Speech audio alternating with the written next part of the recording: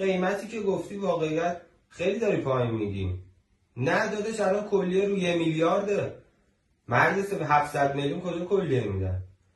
من کلیه دارم بگم بدون خش میگم از اول گلس روش بوده مرد حسابی سالم. یه لحظه همه 69 بود یا 70 ساله بود؟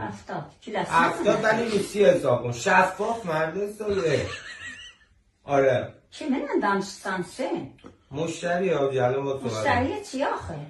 آقا شما من جفتشو در میذارم روی شیشه شما هر کدوم دوست داری انتخاب کن.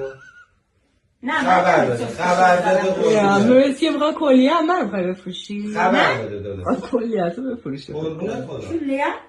نه من نپیسم sen. بابا تو با یه دونه هم میتونی به خدا زندگی کنی هم نه نه من اگه 800 میلیون مشتری داره. خب میخوای کلیه هم من بفروشی چی بخری؟ نه من 800 میلیون. وسایل طبیعت گردی میخوام بخرم. کرده نه من اگه پخیوشن sen benim külleme. به خدا با یه دونه هم میتونی زندگی کنی. Ben neyse öz külleme satsam.